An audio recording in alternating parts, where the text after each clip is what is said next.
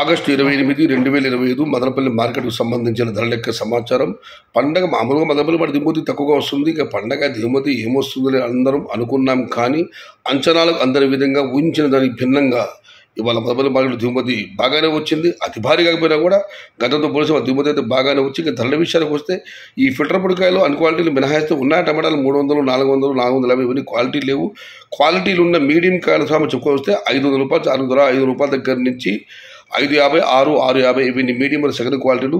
Number 1 top and top fine క్వాలిటీలు 700 రూపాయల దగ్గర నుంచి 750, 780 టాప్ అండ్ టాప్ 800. మొత్తం మీద చూస్తే ఇవాళ మదనపల్లి మార్కెట్లో క్వాలిటీ ఉన్న కాయలన్నీ 700 రూపాయల దగ్గర నుంచి 800, మీడియం సెకండ్ 500 రూపాయల దగ్గర నుంచి 670 రూపాయలు.